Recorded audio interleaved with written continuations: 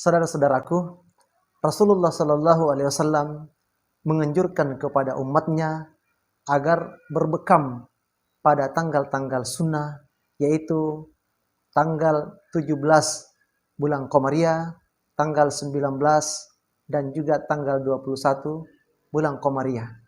Jadi, 2 malam setelah bulan purnama, kita masuk pada tanggal 17 bulan Qamariah setiap bulannya. Iya, jika tidak sempat tanggal 17 bulan Hijriah, bisa tanggal 19 Hijriah.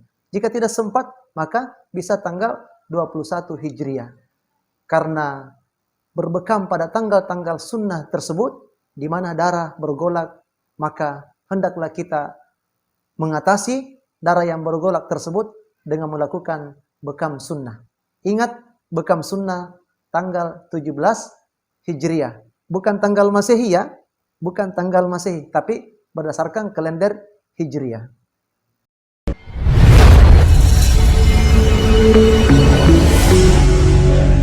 Salam sehat dan berkah.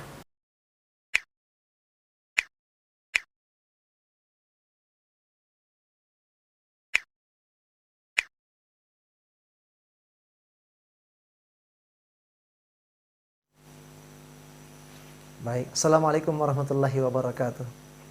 Alhamdulillahirabbil alamin. Allahumma salli ala Muhammad wa ala alihi wa ashabihi wa man tabi'ahum bi ihsanin ila yaumiddin. Pertama-tama kita bersyukur kepada Allah Subhanahu wa taala karena pada kesempatan ini Allah Subhanahu wa taala masih memberikan kesehatan dan kesempatan kepada kita semua, serta salam dan selawat kepada Rasulullah Muhammad sallallahu alaihi wasallam beserta keluarga, para sahabat, para tabi'in dan atba'ut tabi'in dan seluruh kaum muslimin yang setia mengikuti tuntunan beliau, petunjuk beliau sampai terjadinya janjian pasti dari Allah Subhanahu wa taala, yaitu datangnya kematian. Sahabat-sahabatku dimanapun berada, pada kesempatan kali ini kita akan membahas tentang bekam atau al-hijamah. Bekam ini adalah merupakan salah satu tata cara untuk memelihara kesehatan tubuh. Bekam ini adalah merupakan sunnah Rasulullah Muhammad SAW yang banyak ditinggalkan oleh kaum muslimin. Rasulullah SAW bersabda, "Inna amsala ma tadaitum bil hijamah." Sebaik-baik pengobatan yang kalian lakukan adalah berbekam. Dalam hadis lain Rasulullah SAW bersabda, "Asy-syifa'u fi thalathin, syurbatul asali." Kemudian yang kedua yaitu wasyartatu mihjam, dan yang ketiga waqayyi narin. Bahwa kesembuhan itu ada 3. Yang pertama meminum madu. Kemudian yang kedua melakukan bekam. Yang ketiga dengan al-qayy atau pengobatan dengan besi panas. Nah, kita jelaskan sedikit bahwa secara berurut Rasulullah SAW menyebutkan di dalam hadis ini, yang pertama adalah meminum madu, yang kedua melakukan bekam, yang ketiga adalah dengan menggunakan qayy. Artinya bahwa mendahulukan mengkonsumsi zat-zat nutrisi yang mengandung multivitamin atau suplemen kesehatan, yaitu mengkonsumsi madu sebagai detoksifikasi untuk bagian dalam. Tetapi untuk mengeluarkan racun-racun atau detoksifikasi darah itu dengan melalui bekam atau mengeluarkan damul fasad, darah rusak yang ada di dalam kulit kita. Sahabat-sahabatku yang semoga dirahmati oleh Allah Subhanahu wa taala, adapun hukum daripada melakukan bekam ini dikatakan oleh para ulama, hukumnya adalah sunnah. Hukumnya adalah sunnah. Ketika Rasulullah SAW melakukan perjalanan Isra dan Mi'raj atau di Isra Mi'rajkan oleh Allah Subhanahu wa taala, maka setiap Nabi SAW bertemu dengan malaikat yang ada di langit, ya di atas di langit, maka malaikat itu berpesan kepada Nabi Muhammad SAW, "Ya Muhammad, alaikum bil hijamah." Atau dalam hadis lain, "Ya Muhammad, murbi ummataka bil hijamah." Wahai Muhammad, hendaklah kamu berbekam. Ini nasihat malaikat kepada Nabi Muhammad SAW. Kemudian yang kedua, perintahkan umatmu agar berbekam. Oleh karena itu, bekam ini pengobatan yang berdasarkan wahyu, yang berasal dari langit. Sampai-sampai ketika Nabi SAW melakukan perjalanan Isra dan Mi'raj, Malaikat itu berwasiat, ya Muhammad, berbekamlah dan perintahkan umatmu agar berbekam. Maka pertanyaannya, dari mana malaikat tahu bahwa bekam ini pengobatan terbaik? Ya. Maka Allah Subhanahu wa taala menggambarkan dalam surah Al-Baqarah, qalu subhanaka la ilma lana illa ma 'allamtana innaka antal alimul hakim. Maka malaikat berkata, la ilma lana, tidak ada sesuatu ilmu yang kami ketahui illa ma 'allamtana, kecuali apa yang telah engkau ajarkan kepada kami. Jadi malaikat itu tidak akan mengetahui sesuatu, suatu pengetahuan, suatu ilmu, kecuali illa ma 'allamtana, apa-apa yang telah diajarkan oleh engkau kepada kami. Artinya bahwa pengetahuan malaikat tentang bekam sebagai pengobatan terbaik ini berasal dari Allah Subhanahu wa taala. Kemudian selanjutnya, kalau dilihat dari sejarahnya, bekam ini pengobatan yang sudah cukup lama. Sejak ribuan tahun yang silam. Sudah ada sejak ribuan tahun yang silam, walaupun dengan menggunakan metode sederhana. Alat-alatnya menggunakan tanduk, ya, yang biasa disebut dengan cantuk. Kalau sekarang alatnya sudah modern, ya, di mana kop-kopnya sudah menggunakan kop-kop atau gelas-gelas yang sudah terstandarisasi dan insya Allah sangat bagus. Kemudian bekam ini sebenarnya bagaimana cara kerjanya?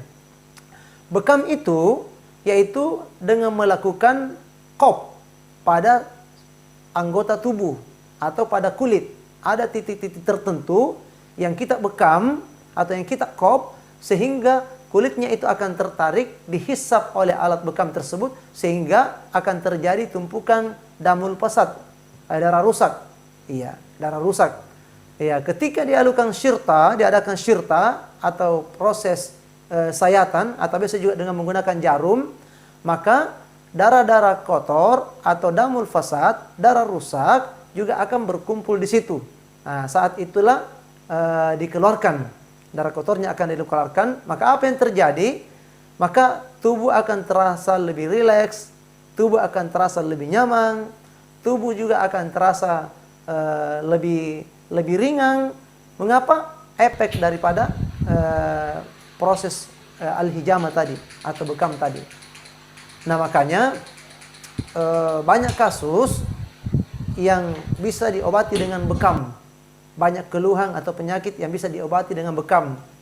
Saya pernah melakukan penelitian tahun 2012, efek bekam bagi penderita sakit kepala yang sudah tahunan. Sudah keliling-keliling ke dokter. Pokoknya dia sudah kemana-mana berobat. Iya, tapi penyakit sakit kepalanya itu selalu kambuh. Maka coba-coba kita lakukan eksperimen, yaitu dengan melakukan pembekaman pada titik umumugis, yaitu pas di puncak kepalanya. Alhamdulillah, selesai dibekam, kepalanya langsung terasa ringan. Iya, bahkan beberapa bulan setelah saya ketemu, ya, dia datang kembali di Geria Sehat atau di klinik. Alhamdulillah sudah tidak pernah lagi sakit kepala. 1 tahun kemudian saya ketemu, ternyata sudah tidak pernah lagi sakit kepala. Ini diantara kedahsyatan bekam. Makanya salah seorang dokter, ya, guru kami salah satunya, yaitu Dr. Wa'da Amani Umar, penulis buku Sembuh dengan Satu Titik. Iya. Kemudian ada juga buku yang ditulis oleh beliau, yaitu Mukjizat Bekam. Buku yang lain, Mukjizat Nabi, Keajaiban Medis. Banyak kasus-kasus yang tidak bisa selesai dengan pengobatan lain. Alhamdulillah dengan melakukan bekam ini ternyata bisa teratasi. Ya, saya ambil contoh misalnya untuk penyakit kolesterol. Orang yang mengalami penyakit kolesterol atau di mana kadar lemak jahat terlalu banyak di dalam tubuh, itu kan biasanya tangannya kram-kram, kepalanya sakit, lehernya kaku, tengkuknya mengeras, berat sekali di sini. Iya, itu biasanya bagi orang yang mengalami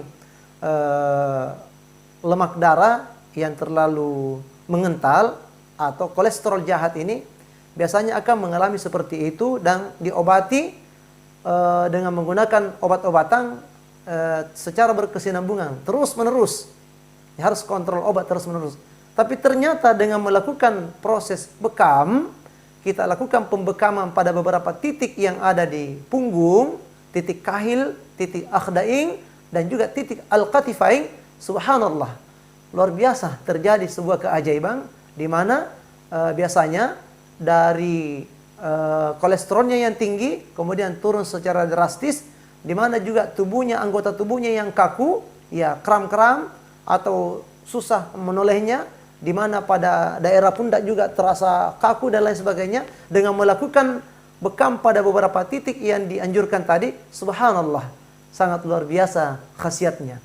Atau saya juga ambil contoh untuk kadar asam urat yang terlalu tinggi, di mana kadar asam urat yang terlalu tinggi, kalau laki-laki di atas 7, kalau perempuan di atas 5, biasanya kan kalau orang asam urat ya harus mengontrol makanan, menghindari gorengan atau yang mengandung zat purin terlalu tinggi, kacang-kacangan. Ketika misalnya ada pemicunya yang dikonsumsi, maka tentu asam uratnya akan meningkat. Ketika asam uratnya akan meningkat, maka terjadilah sakit pada persendian, ya jari-jari kakinya terasa ngilu, bahkan pada telapak kaki juga terasa sakit, utamanya di pagi hari, sangat-sangat mengganggu sekali. Nah, setelah kita lakukan treatment bekam, alhamdulillah dengan izin Allah Subhanahu wa taala, asam uratnya turun secara drastis. Di samping itu pula rasa sakit atau keluhan yang dirasakan baik pada tangan ataupun pada kaki, ya biiznillah membaik dengan izin Allah Subhanahu wa taala. Jadi banyak sekali. Pernah juga saya melakukan bekam pada orang yang mengalami hipertensi ringan tentunya, yaitu 150. Ya, alhamdulillah setelah kita lakukan treatment bekam, tensinya langsung turun. Tidak tanggung-tanggung turunnya sampai 20. Berarti dari 150 turun hanya menjadi 130. Perasaannya langsung terasa enteng, terasa ringan. Inilah di antara beberapa keajaiban melakukan bekam. Maka Rasulullah SAW dengan sabdanya di dalam banyak hadis sahih seperti inna amsala ma tadaitum bil hijama, sesungguhnya sebaik-baik pengobatan yang kalian lakukan adalah berbekam. Memang bisa dibuktikan secara nyata dalam melakukan terapi bekam ini. Masya Allah. Bahkan pernah ada kasus, yaitu orang yang mengalami sakit jantung, dadanya terasa nyeri, tembus ke belakang. Kemudian ketika mendengarkan informasi yang kurang-kurang bagus, kemudian langsung kayak kaget, perasaan tidak enak, jantung berdebar-debar, kemudian sakit sampai ke tulang belikat bagian belakang. Setelah dilakukan bekam rutin setiap 1 kali dalam 1 bulan, alhamdulillah dengan izin Allah Subhanahu wa taala, ya, maka jantungnya semakin membaik, penyakit jantungnya semakin membaik dan semakin membaik. Saudara-saudaraku yang semoga dirahmati oleh Allah Subhanahu wa taala. Oleh karena itu, bekam ini adalah merupakan pengobatan yang bersumber dari Nabi sallallahu alaihi wasallam. Walaupun bekam itu sudah ada sebelum Nabi diutus menjadi Nabi dan Rasul, tapi terutusnya Nabi Muhammad sallallahu alaihi wasallam melegitimasi, memperkuat lagi tentang pengobatan bekam ini, sehingga kaum muslimin sangat dianjurkan untuk melakukan pengobatan bekam sekali dalam sebulan, ya minimal sekali dalam sebulan. Atau kalau tidak bisa sekali dalam sebulan, bisa melakukan bekam sesuai dengan umur sel darah. Umur sel darah kita ini, ya menurut ilmu kedokteran, itu 120 hari. Di mana umur sel darah kita ini setiap 120 hari berganti dengan sel darah baru. Maka sel darah lama itu akan memperkecil diri dan dia akan tersimpan pada kulit-kulit epidermis, utamanya di bagian-bagian punggung. Paling banyak yaitu di daerah-daerah punggung tersimpan damul fasad atau darah rusak tadi. Nah, oleh karena itu untuk supaya tubuh kita ini lebih bagus, maka kita melakukan treatment bekam. Saya kira untuk kesempatan kali ini sampai di sini dulu. Semoga Allah Subhanahu wa taala memberikan umur yang panjang kepada kita semua sehingga kita bisa bertemu lagi pada episode yang akan datang. Tentu kita. Terus, Ustaz. Di mana rekomendasi bekam yang bagus? Yang Oh iya. Baik. Ada beberapa tempat yang saya rekomendasikan untuk melakukan bekam khususnya di Kabupaten Bulukumba. Yang pertama, ya bisa di tempat kami di Gerea Sehat Wildan, Jalan Kusuma Bangsa, Kelurahan Caile, Kecamatan Ujung Bulu, Kabupaten Bulukumba. Bisa juga di Gerea Sehat Al-Afiat di belakang Pasar Sentral, atau bisa juga di tempat-tempat yang lain. Ya, karena subhanallah sudah banyak teman-teman yang melakukan praktek bekam yang sudah mengikuti ujian standarisasi. Jadi yang terpenting, kalau saya secara pribadi lakukanlah terapi bekam kepada orang-orang yang sudah mengikuti pelatihan, kemudian sudah mengikuti pendalaman, kemudian sudah mengikuti ujian standarisasi di Perkumpulan Bekam Indonesia. Karena untuk menguji bahwa tata cara bekam ini sudah sesuai dengan standar operasional prosedur, sudah steril, ya baik sebelum ataupun saat melakukan bekam dan pasca melakukan bekam bagus dalam penanganan limbahnya, ya tentunya harus mengikuti prosedur yang ditetapkan oleh perkumpulan, yaitu Perkumpulan Bekam Indonesia. Saya kira demikianlah yang sempat saya sampaikan pada kesempatan kali ini. Semoga bermanfaat. Sampai jumpa pada pertemuan yang akan datang. Jangan lupa, kalau dirasa penyampaian ini bermanfaat, jangan lupa di like, di komen, di subscribe, dan di share. Salam sehat dan berkah. Wassalamualaikum warahmatullahi wabarakatuh.